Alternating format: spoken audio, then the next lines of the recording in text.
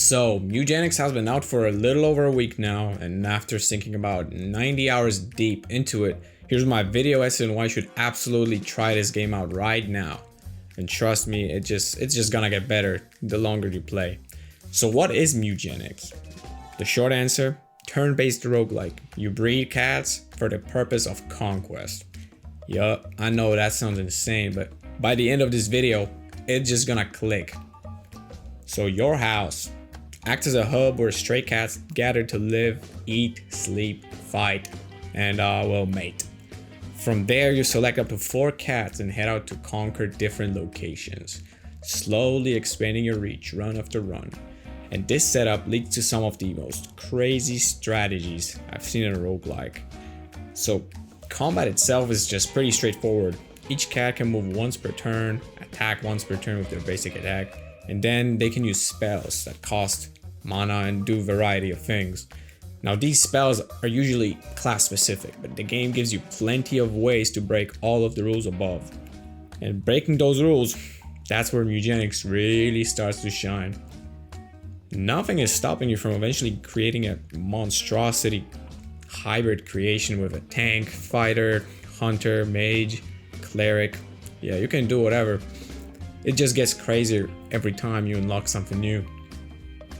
So what makes Mewgenics so addictive is the unorthodox, almost chess-like pacing. Every fight, your cats are forced in a tight position to work together in like close designated maps where your positioning, planning matters just as much as your raw stats. One bad move and you can lose the fight like that. One smart play and you can turn the fight around completely in your favor. So each run feels totally different. Thanks to the insane amount of customization, you got like all kinds of different classes. They're called callers basically. You got the fighter, the hunter, the mage, all that.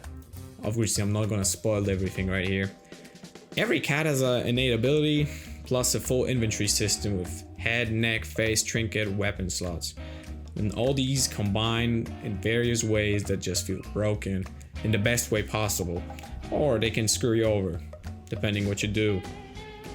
The game's creator, Edmund Macmillan the GOAT, best known for Binding of Isaac, he said himself, Isaac was merely a test run for Mewgenics to just go take over. And oh, if that sentence alone didn't get your attention, it really should. From my own experience, that claim holds up absolutely. I'm nearing 100 hours played, and I'm only about 42% free achievements, and I haven't even closed on the main story yet. Yeah, not a single run has felt the same, and like, that's honestly rare for roguelikes. In fact, I'm already itching to start another game while recording this. That's just one more run feeling hates so much more here. There's just something incredibly satisfying when you watch your little once fragile kitten grow into a powerhouse Thanos level entity monk just tearing through enemies like he's prime Jackie Chan.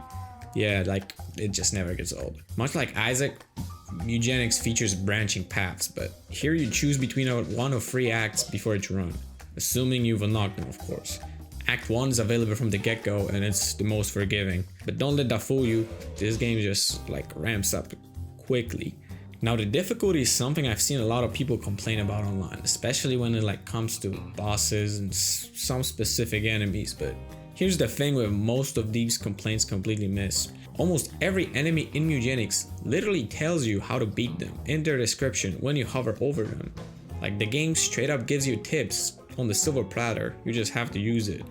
Like take Fenrir mini boss from Act 1 from the alley, for example. He only has 3 moves, but people are still going crazy over this guy online, acting like he's Thanos himself. Like people just don't grasp the game's logic that it teaches you in the tutorial. And that's where the game's real depth like shines.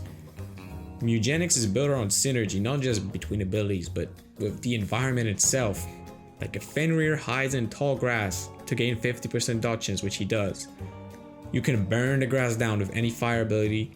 You can freeze the grass off, you can do anything. The battlefield itself just is a weapon. He can also trap himself in his own traps. If an enemy with the wet status effect walking through water, hit them with the ice, boom, they're frozen. Hit them with some thunder, yeah, they're stunned. Just you can, once you realize this, the game is completely up to you. You can just do anything. These simple like Pokemon interactions are just the foundation of Mewgenics really, and they become absolutely essential in later acts. Mastering them is the difference between surviving and getting stomped.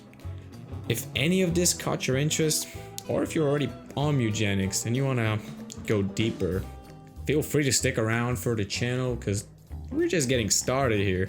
After this intro, I'll be working on beginner guides, combat breakdowns, rating guides, all that.